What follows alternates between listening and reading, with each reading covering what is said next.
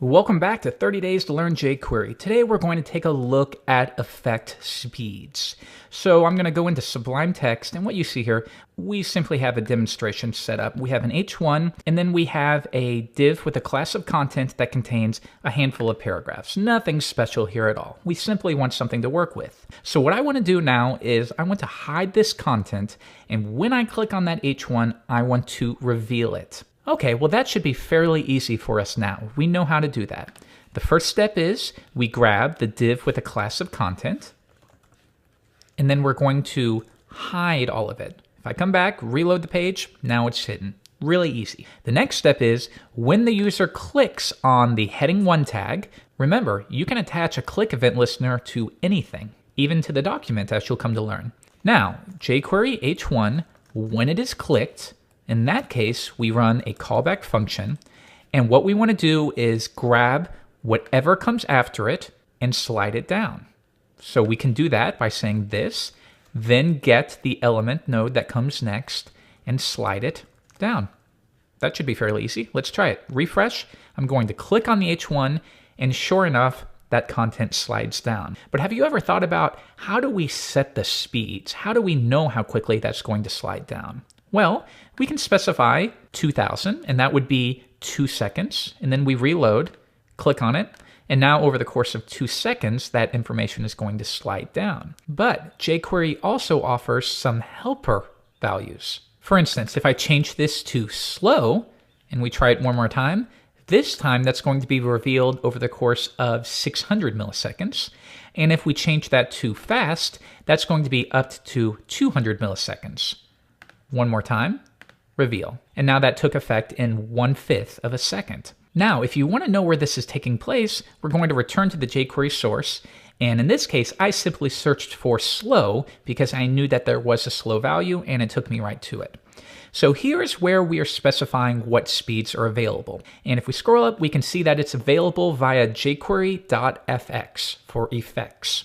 So we can access this object by doing jQuery.fx.speeds. Let's try that out. Right here, console.log jQuery.fx.speeds. Open up Chrome Developer Tools, refresh, and sure enough, we have an object that contains those values. Now what you see here is they offer a default value.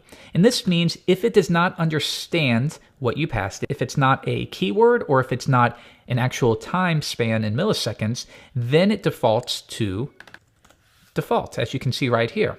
So if we try that again, click on it, that comes down at the default value, which is equal to 400 milliseconds.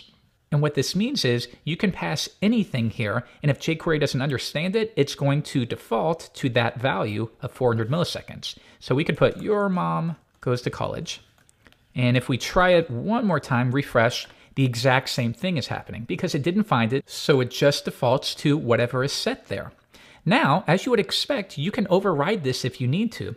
For example, what if you want your project's default to be 2 seconds? You would never want this, but just so that we can easily see that it's taking effect, in the same way that we update any object, we can do the same thing to jQuery.fx.speeds. So let's try it, jQuery.fx.speeds, and I'm going to update default, and I'm going to make that equal to 2000 milliseconds. So now, in this case, when we call the your mom goes to college slide down value, that's not going to be recognized by jQuery, and it's simply going to run its default.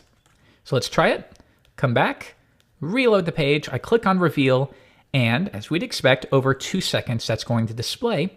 Or why this is better is you don't have to pass a value at all. Whenever you use your fades or your slides, you can set a default at the beginning of your project, and that will always take place so that you don't always have to hard code it in.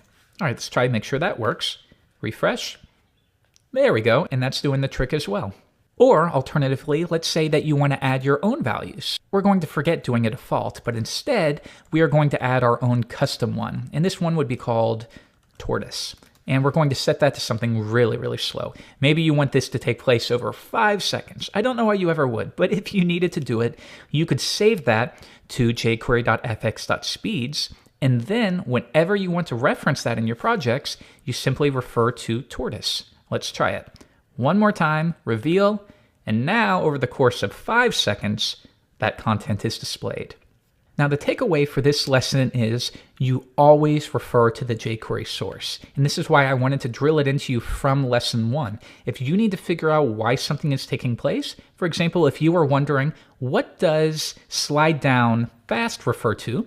You would come to the jQuery source, make sure you save this to a bookmark, and you would search for fast. And now you can see it immediately takes us there, and you can figure to yourself, okay, well, that's in a speed object. What is that contained in?